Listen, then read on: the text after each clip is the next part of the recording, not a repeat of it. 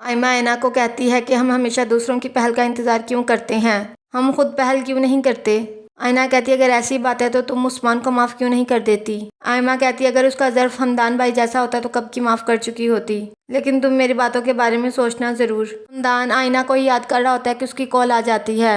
हमदान बहुत खुश हो जाता है और कहता है कि मैं बहुत बिजी होता हूँ, किसी और काम के लिए टाइम ही नहीं बचता। तुम भी बहुत खुश होगी अपने घर वालों के साथ। आयना कहती है हाँ, वक्त का पता ही नहीं चलता।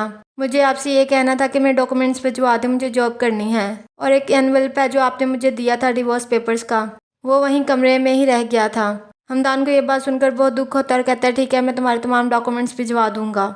आयना ये चाहती थी कि हमदान उसे खुद कहे कि मैं तुम्हें डिवोर्स देना नहीं चाहता। शानजे स्टडी के लिए अमेरिका जा रही होती है। उसका डैड कहता है हमें बताने की क्या ज़रूरत थी, मुझे वहाँ पर जाकर ईमेल कर देती, अपनी माँ को लेटर लिख देती, हमारी यही वक़्त है। शानजे कहती है मैं आप लोगों के लिए जा रही हूँ, यहाँ रहूंगी तो हमदान के बारे में सोचती रहूंगी, परेशान रहूंगी और आप लोग भी परेशान रहेंगे। शानजे का डैड कहता है क्या तुम वहाँ जाकर डिप्रेस होगी तो हम परेशान नहीं होंगे। शानजे कहती है मैं वहाँ जाकर सब कुछ भूलने की कोशिश करूंगी। उसकी मम्मा कहती है इसे जाने दे, ये बिल्कुल ठीक कह रही है। शानजे रजा के पास आती है और कहती है हमारी कुछ गलतियाँ ऐसी होती है जिनकी कोई माफ़ी नहीं होती, लेकिन तुमने कोशिश की, मुझे अच्छा लगा। हमने बहुत खुदगर्जी में जिंदगी गुजारी है। मोहब्बत सिर्फ पा लेने का नाम नहीं होता, दूसरों को उनकी खुशी देने में जो सुकून मिलता है वो किसी चीज़ पे नहीं है। रजा कहता है तुम जो कहोगी मैं वही करूँगा।